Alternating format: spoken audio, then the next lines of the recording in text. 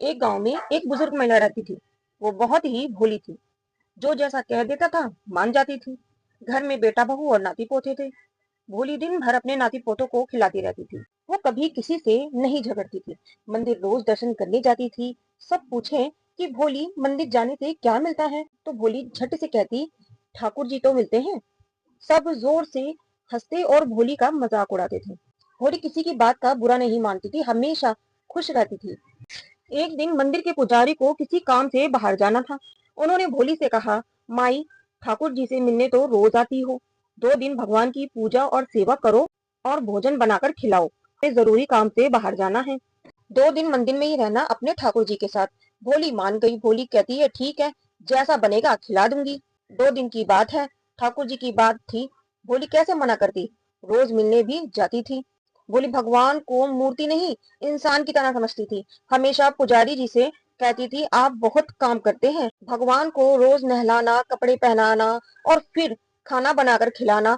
भगवान से कह दो अपना काम खुद करे। दिन भर सजे बैठे रहते हैं। पुजारी जी जानते थे कि ये भोली है, इसको कैसे समझाया जाए। पुजारी जी भी हंसकर रह जाते थे। पुजारी जी भोली को मंदिर की जिम्मेदारी सौंप कर तो चले गए। भोली ने बाल्टी में पानी भरा और बोला, ठाकुर जी जल्दी आओ, अपने आप नहा लो।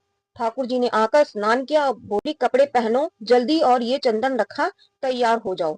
ठाकुर जी ने सब काम स्वयं कर लिए। भोली ने रसोई बनाई, थाली परोस दी और कहा, जल्दी अपने आप भोजन करो। ठाकुर जी ने भोजन भी कर लिया। फिर भोली ने साफ सफाई की और फिर थक गई। फिर बोली, ठाकुर जी अब सो जाओ। ठाकुर जी सो गए और भोली भी वहीं बैठ गई। जब ठाकुर जी सो गए तो वो भी आराम करने के कमरे में चली गई। इसी तरह 2 दिन बीत गए। पुजारी जी जब आए तो भोली से पूछा, हमारे ठाकुर जी की सेवा अच्छी तरह से की है ना। भोली बोली, हमने तो ठाकुर जी का बस भोजन बनाया, ठाकुर जी ने तो अपने सारे काम स्वयं किए हैं। मैं बूढ़ी कैसे कितना काम करती। भोली बोली, अब हम थक गए हैं, अपने घर जा रहे हैं। पुजारी जी को भोली की बात पर विश्वास नहीं हुआ। बोले, भोली माई, 1 दिन और काम कर लो, फिर चली जाना अपने घर। हम भी बहुत थके हुए हैं, 1 दिन आराम कर लें तो ठीक रहेगा। भोली किसी तरह मान गई। भोली फिर वैसे ही ठाकुर जी को बुलाने लगी जैसे पहले बुलाया था। पुजारी जी छुप कर ये सब देख रहे थे।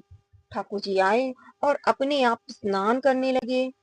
जैसे ही पंडित जी ने ठाकुर जी के दर्शन किए, उनकी आंखों से आंसू बहने लगे। भगवान अंतर ध्यान हो गए। पुजारी जी भोली के चरणों में गिर पड़े और कहने लगे, भोली माई, तुमने आज मुझे भगवान के दर्शन करा दिए। तुम धन्य हो मैया। मैंने इतनी सेवा की पर विश्वास की कमी थी, आज मेरी आंखें खोल दी। ऐसी है भोली मैया की कहानी। भोले भक्तों के भगवान होते हैं, उन्हें छल और कपट नहीं भाता।